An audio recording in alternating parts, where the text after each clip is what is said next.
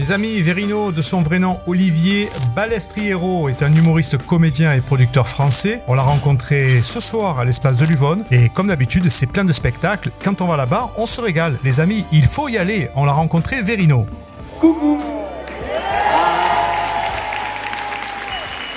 Et là, tout devient évident. Ça y est, tu peux commencer. Alors, Verino, de ton vrai nom, Olivier Balestriero, si je prononce bien. Exactement, tout à fait. Humoriste, comédien, producteur français né à Nancy. Ta bio n'existe Boulanger, pas. pâtissier, chanteur. Ta bio n'existe pas sur Wikipédia, c'est volontaire. C'est vrai. Tu fais du mystère. Qu'est-ce que je fais? Bah aussi, ma bio. Attends, je fais quoi? Si, sur Wikipédia, il y a des trucs, je crois.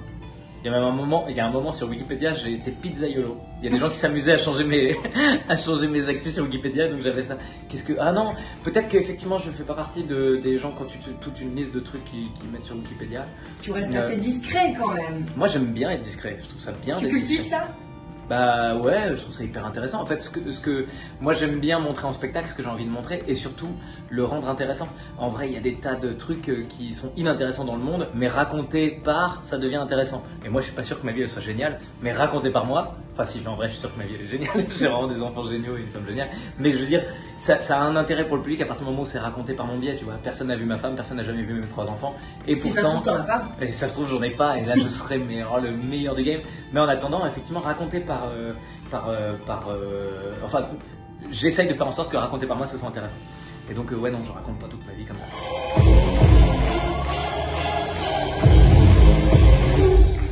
Mais alors, c'est pas un fond vert. Il y a tellement de gens qui me disent ça, ils pensent que c'est un fond vert. Je me dis, comment tu veux que je joue, moi, tout seul dans ma chambre, avec un fond vert? Tu es passé du monde du sport au one-man show, à la scène. Il y a longtemps, hein. Tu sais, le sport, j'avais 20 ans quand j'ai abandonné, j'en ai 40 maintenant, donc vraiment. T'avais pas de cheveux gris, donc. Voilà, c'est tombé, j'avais des cheveux même blonds. On peut revoir des vieilles photos de moi sur internet pour le coup que je n'ai pas. Tu faisais quoi comme sport? Je faisais du saut longueur, figure-toi. Saut longueur. 6,43 m, je vous le dis, chers spectateurs. J'avais un niveau de finale olympique féminine.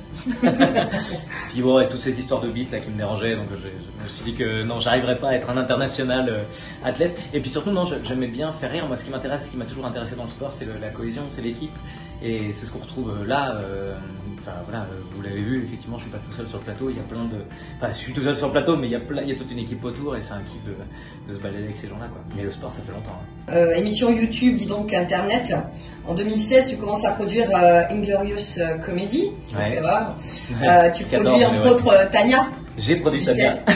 Tu as produit. Il y a 2 artistes que tu produis ou que tu vas produire? Non, écoute, c'était une super expérience avec Tania. Je suis pas producteur dans l'âme. C'est-à-dire qu'il y a quand même quelque chose. Le producteur, il doit savoir faire de l'argent, il doit savoir où trouver sa place et tout. Et moi, c'est un truc ce que j'aime, c'est l'artistique. Et donc avec Tania, ce que j'ai plus fait, c'était l'aiguiller, l'aider dans ses choix et être le financier au moment où elle en avait besoin. Et à partir du moment où ça marchait, en vrai, il n'y avait plus besoin de moi, il y avait peut-être besoin d'autres producteurs. Et là, elle est partie chez Cholélé, qui est une super boîte de prod, Fanny Jourdan. Et pour le coup, c'est avec elle qu'elle va peut-être prendre son envol. Mais moi, j'avais pas les armes pour l'aider à aller plus loin. Et puis. Et c'était une bonne expérience quand même. Bah, super, et puis c'est encore une copine, elle fait encore plein de premières parties. Bref, ce soir non, c'était Greg, mais ouais, on continue à se voir beaucoup. Et puis on est. Non, vraiment, il y a pas de malaise quoi. Le seul truc, c'est qu'à chaque fois les gens se demandent, toi tu bosses plus avec Tania, est-ce que vous êtes en guerre? Parce que c'est vraiment. Non, tu donnes sa chance à plusieurs artistes comme Greg ce soir. Écoute, ouais, alors Greg, l'historique, c'est que ça fait vraiment 5-6 ans qu'on écrit ensemble, et ça fait peut-être 10 ans que je l'ai croisé la première fois. Et c'est un mec qui me fait mourir de rire, mais mourir de rire. C'est vraiment un gars extrêmement drôle dans la vie. Et ça fait des plombes qu'il me dit un jour je vais démarrer le stand-up. Et il était à la radio, sur Fun Radio, où il cartonnait avec son émission. Et cette année, il a décidé d'arrêter et de partir. Il vit à côté de Bordeaux.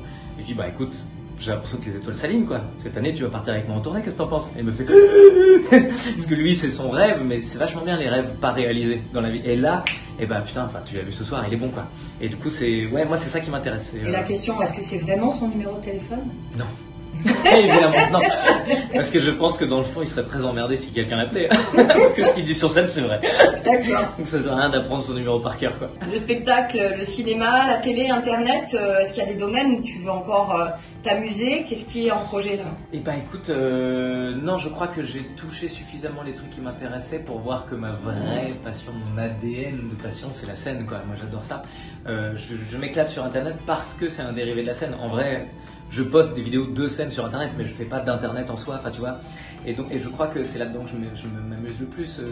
Moi, ce qui m'intéresse, c'est le moment présent, quoi. Il y a vraiment quelque chose de cet ordre-là, presque philosophique et presque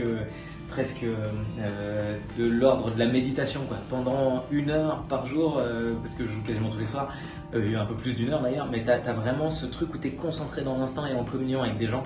Et pour mon cerveau, c'est très très très chouette. Et donc, drogue, quoi. C'est vraiment, ouais, il y a vraiment quelque chose de cet ordre-là. C'est un plaisir, ça te prend aux tripes, t'as un rythme à gérer, t'as tout un public qui demande que à être surpris.